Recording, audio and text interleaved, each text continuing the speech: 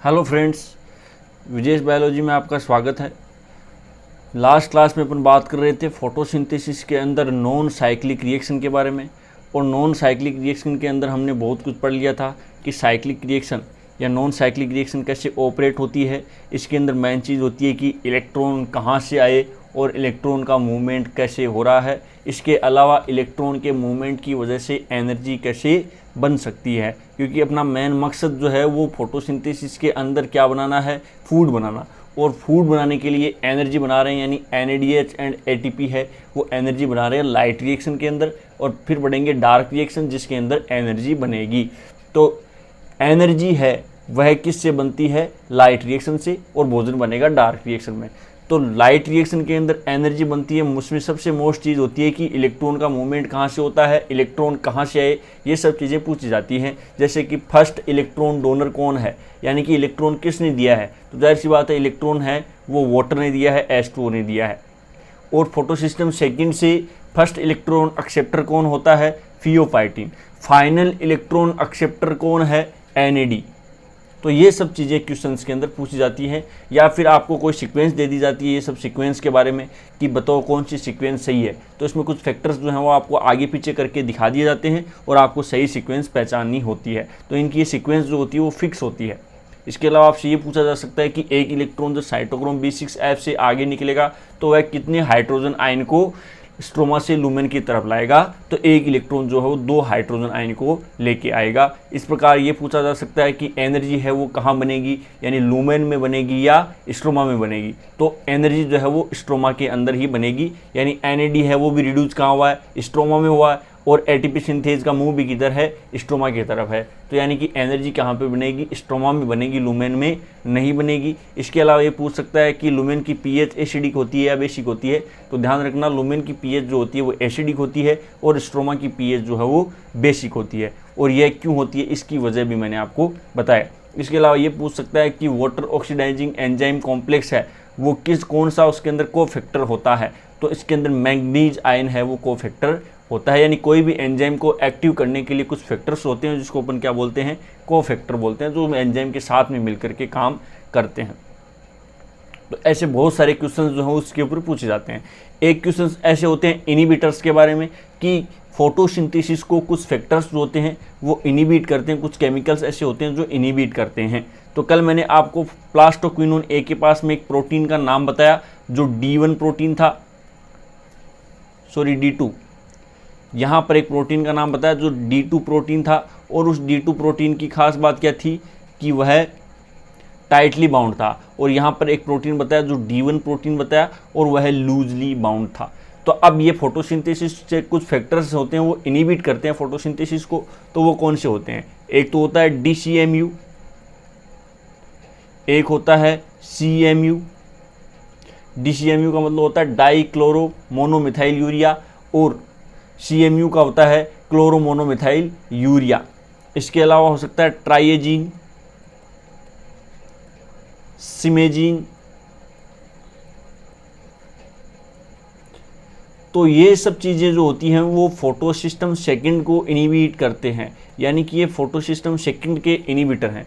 और photosystem second को inhibit कैसे करेंगे, जैसे कि मान लो यहाँ से इलेक्ट्रॉन का मूवमेंट हो रहा है और इलेक्ट्रॉन का यहाँ से मूवमेंट होगा तो ये DCMU CMU है यहाँ पर बाइंड हो जाते हैं। तो ये इलेक्ट्रॉन यहाँ आगे जाना चाहिए था, ये इलेक्ट्रॉन आगे नहीं जाके किसके पास में चला जाएगा, DCMU के पास में चला जाएगा। और DCMU है वो इलेक्ट्रॉन को ले लेगा। इसका मतलब ये इलेक्ट्रॉन आगे नहीं चल पाएंगे, आगे नहीं चल पाएंगे तो हाइड्रोजन आयन का मूवमेंट भी नहीं होगा, यानी ATP का सिंथेसिस भी रुक जाएगा। और सबसे मोस्ट बात क्या है कि NADH का सिंथेसिस है वो भी रुक जाएगा। इस प्रकार से DCMU एंड CMU ने क्या किया, प्लास्टोक्विनोन A से प्लास्टोक्विनोन B की तरफ जो इलेक्ट्रॉन जा रहा था वो इलेक्ट्रॉन अपने ऊपर ले लिया, जिसकी वजह से जो है वो फोटोसिंथेसिस रुका है। यानी कि इनको अपन क्या बोलते हैं, फोटोसिस्टम सेकंड के इनिबिटर। इसके अलावा कुछ फोटोसिस्टम फर्स्ट के भी इनिबिटर होते हैं। एक तो होता है पैराक्वेट, एक होता है डाइक्वेट। ये इनिबिटर होते हैं वो फोटोसिस्टम फर्स्ट के इनिबिटर होते हैं। पैराक्वेट एंड डाइक्वेट हैं वो फोटोसिस्टम फर्स्ट के इनिबिटर होते हैं। जैसे कि इलेक्ट्रॉन यहाँ से जा रहा है, इलेक्ट्रॉन यहाँ से जा रहा है, यहाँ से लेकर यहाँ तक, तो यहाँ पर किसी भी तरफ से ये मोस्ट ऑफ ये फेरस सल्फर के पास में प्रेजेंट होते हैं, पैराक्वेट एंड डायोक्वेट, तो वही काम सेम यही करते हैं, इलेक्ट्रॉन को अपनी तरफ ले लेते हैं। तो इसकी वजह से क्या होता है कि फोटोसिस्टम फर्स्ट इनिबिट हो रहा है, और फोटोसिस्टम फर्स्ट इनिबिट हो रहा है तो इसका मतलब ये हो गया कि हो सकता है एटीपी का सिंथेसिस हो लेकिन एनएडीएच रिड्यूस नहीं होंगे। तो पैराक्वेट एंड डायक्वेट यानी कि अगर आपने फोटोसिस्टम फर्स्ट को इनिबिट किया है तो इस कंडीशन में क्या हो सकता है कि एटीपी का सिंथेसिस हो सकता है लेकिन एनएडीएच का रिडक्शन नहीं होगा, क्योंकि इससे आगे इलेक्ट्रॉन को ये नहीं जाने देंगे। लेकिन यहाँ से इलेक्ट्रॉन ने जो जर्नी की है वो आराम से कर पाएगा, जिसकी वजह से हाइड्रोजन जो है वो स्ट्रोमा से लुमेन की तरफ आ जाएंगे और ग्रेडियंट बन करके एटीपी का सिंथेसिस यहाँ पर हो सकता है। तो इनके बारे में बहुत बार पूछा जाता है, डीसीएमयू सीएमयू क्या है, पैराक्वेट एंड डायक्वेट क्या है, बहुत सारी एग्जामों में इसके बारे में पूछा गया है। तो ध्यान रखना है, फोटोसिस्टम के इनिबिटर हैं और फोटोसिस्टम सेकंड के इनिबिटर डीसीएमयू सीएमयू हैं, फोटोसिस्टम फर्स्ट के इनिबिटर जो है वो पैराक्वेट एंड डायक्वेट हैं।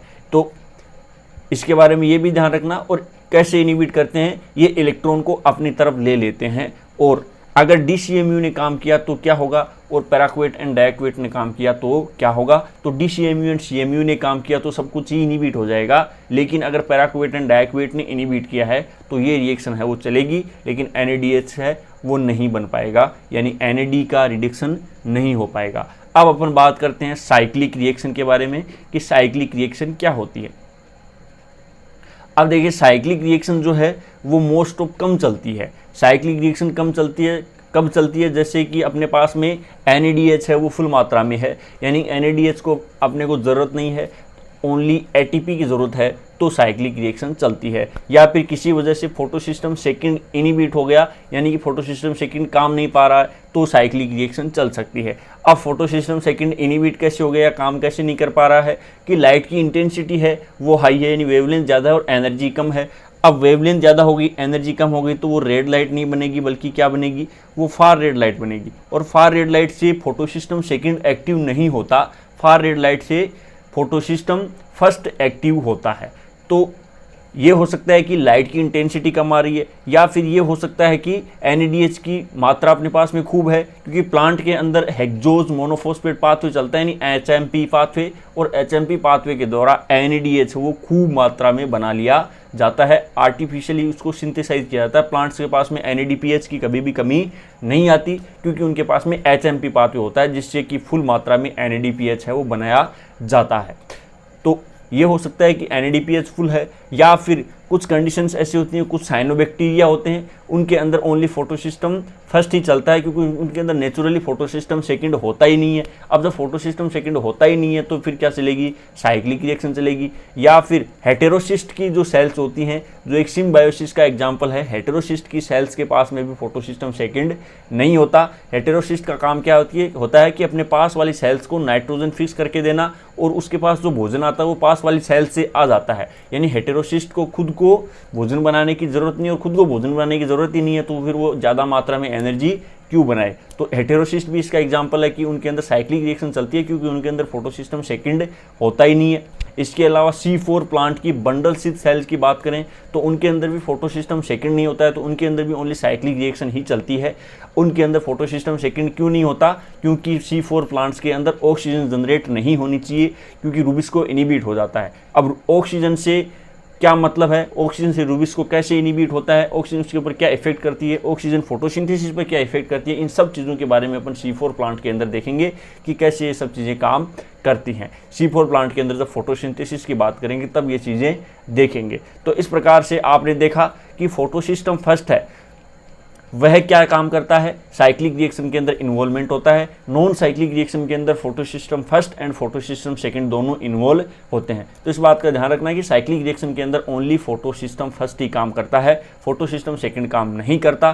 साइक्लिक रिएक्शन के अंदर ओनली ATP बनाने की ही जिम्मेदारी होती है, यानी कि 2 ATP अपने को मिलेंगी, इसके अलावा NADPH है या NADH अपने को नहीं मिलेंगे। ये बात होती है साइक्लिक रिएक्शन के बारे में। अब देखिए, साइक्लिक रिएक्शन से ज़्यादा क्वेश्चंस नहीं पूछे जाते, जैसा कि मैंने आपको बताया कि साइक्लिक रिएक्शन के अंदर ये ध्यान रखना है कि फोटोसिस्टम सेकंड इन्वॉल्व नहीं होता, ओनली फोटोसिस्टम फर्स्ट होता है। दूसरा ये ध्यान रखना है कि साइक्लिक रिएक्शन जो है वो ओनली एटीपी बनाती है, एनएडीपीएच नहीं बनाती।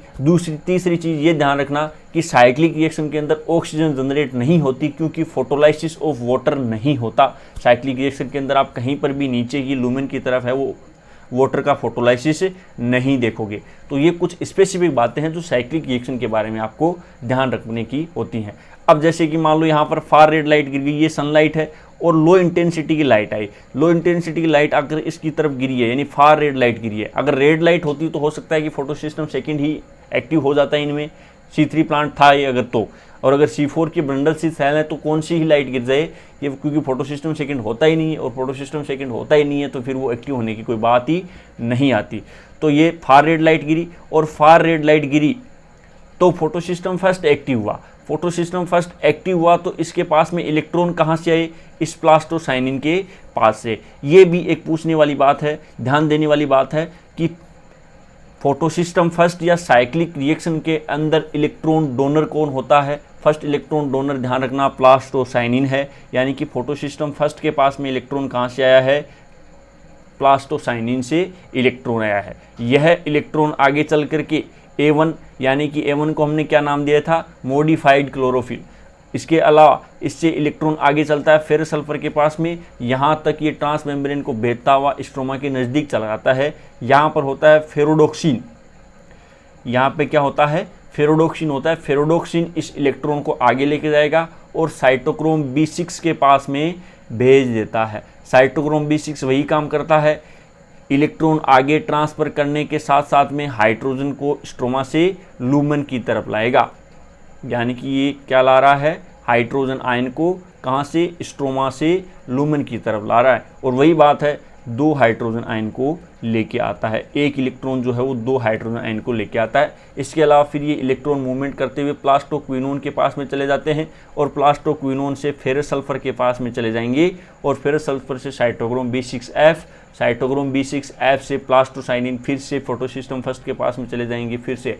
तो इस प्रकार से अगर सिंगल इलेक्ट्रॉन है और अगर 2-4 इलेक्ट्रॉन है तो वो पूरी साइक्लिक रिएक्शन को कंटिन्यू चलाने के लिए काफ़ी हैं, क्योंकि इलेक्ट्रॉन कहीं भी जा नहीं रहे हैं, बस साइक्लिक फॉर्म में ही घूम रहे हैं। और यहाँ से जब इलेक्ट्रॉन जितनी भी बार आएगा, हर बार है वो एक इलेक्ट्रॉन 2 हाइड्रोजन आयन को यहाँ तक लेके आएगा। तो इसका अगर अपन कंपैरिजन करें किसके साथ में, नॉन साइक्लिक रिएक्शन के साथ में, तो इसका जब नॉन साइक्लिक रिएक्शन के साथ में कंपैरिजन कर रहे थे तो वहाँ से स्ट्रोमा से कितने हाइड्रोजन आयन आ रहे थे, यानी कि टोटल 4 इलेक्ट्रॉन निकले। और 4 इलेक्ट्रॉन निकले तो एक इलेक्ट्रॉन 2 हाइड्रोजन आयन को लेके आता है, तो टोटल 8 हाइड्रोजन आयन आए। और 8 हाइड्रोजन आयन अब से अपन जानते हैं कि कितनी ATP बनेगी। कल ही अपने बात की थी कि 4 हाइड्रोजन आयन से 1 ATP बनती है। अपने पास में टोटल कितने हैं, 8 हाइड्रोजन आयन हैं। और 8 हाइड्रोजन आयन से कितनी ATP बनेंगी, 2 ATP। 8 हाइड्रोजन आयन से 2 ATP बनेंगी। जो पास में यहाँ पर ATP सिंथेज होगा, यह हाइड्रोजन आयन है, ग्रेडियंट बनेगा और यहाँ से 2 ATP बनेंगी। तो इस प्रकार से नॉन साइक्लिक रिएक्शन के साथ में अगर इसका कंपैरिजन करें तो क्या बनेगा, 2 ATP अपने को टोटल फायदा होता है। तो ये साइक्लिक रिएक्शन के बारे में था। साइक्लिक रिएक्शन मैंने आपको फास्ट इसलिए बताई है क्योंकि यहाँ पर किसी भी एग्जाम में ऐसा नहीं पूछा गया है कि इलेक्ट्रॉन कहाँ से कहाँ की तरफ मूवमेंट करते हैं। जो भी मैंने आपको क्वेश्चंस बताए थे, जैसे कि फर्स्ट इलेक्ट्रॉन डोनर प्लास्टोसाइनिन होता है, इसके अंदर ओनली ATP बनता है, NADPH का रिडक्शन यहाँ पर नहीं होता। इसके अलावा फार रेड लाइट से एक्टिव होता है। इसके अलावा साइक्लिक रिएक्शन के अंदर फोटो सिस्टम फर्स्ट पार्टिसिपेट करता है, फोटो सिस्टम सेकंड जो है वो कभी भी पार्टिसिपेट नहीं करेगा। कभी भी ऑक्सीजन जनरेट नहीं होगी। ऑक्सीजन जनरेट क्यों नहीं होगी, क्योंकि फोटोलाइसिस ऑफ वाटर यहाँ पर होगा ही नहीं। और इसी का फायदा है वो C4 प्लांट में बंडल से सेल्स उठाएंगी, क्योंकि वहाँ पर क्या होगा कि रूबिस्को एंजाइम है, वो रूबिस्को एंजाइम ऑक्सीजन से इनिबिट होता है नॉर्मली, क्योंकि CO2 और ऑक्सीजन की कंसंट्रेशन अगर इक्वल हो जाए तो रूबिस्को एंजाइम पर ऑक्सीजन बाइंड हो जाती है, जिसकी वजह से फोटोसिंथेसिस इनिबिट हो जाएगा। और फोटोसिंथेसिस इनिबिट होने से रोकने के लिए क्या होता है कि बंडलसिस सेल्स में फोटोसिस्टम सेकंड को हटा दिया जाता है, जिससे ऑक्सीजन की कंसंट्रेशन कम हो जाती है और ओनली CO2 की कंसंट्रेशन ही वहाँ रहती है, जिसकी वजह से फोटोसिंथेसिस फिर से C4 प्लांट में प्रॉपर चलता रहे। तो ये बड़ा फायदा होता है C4 प्लांट को ओनली साइक्लिक रिएक्शन चलने का या फोटोसिस्टम सेकंड एब्सेंट होने का। तो अगर फोटोसिस्टम सेकंड एब्सेंट ही हो गया, कंप्लीटली ही एब्सेंट हो गया, तो फिर क्या होगा कि एनर्जी नहीं बनेगी, यानी NADH और ATP है वो बहुत ज़्यादा नहीं बनेंगी।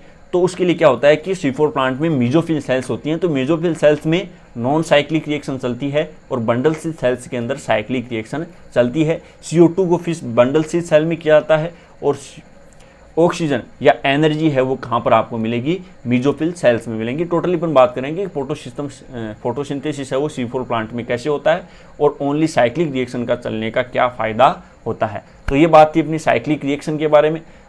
ध्यान रखना कि ऐसे ही कुछ क्वेश्चंस पूछे जाते हैं। इस लेवल से अगर आप पढ़ते हो तो मोस्ट ऑफ एग्जाम्स के अंदर आपकी क्वेश्चंस जो हैं वो कवर हो जाते हैं। नॉन साइक्लिक रिएक्शन बहुत ज़्यादा इंपॉर्टेंट होती है, उसके इनिबिटर्स होते हैं, इलेक्ट्रॉन के चलने की सीक्वेंस, यानी कि हो सकता है कि साइक्लिक रिएक्शन से आपको इलेक्ट्रॉन के चलने की सीक्वेंस नहीं पूछी जाए, लेकिन नॉन साइक्लिक रिएक्शन से इलेक्ट्रॉन के मूवमेंट की जो सीक्वेंस है वो बहुत बार पूछी गई है।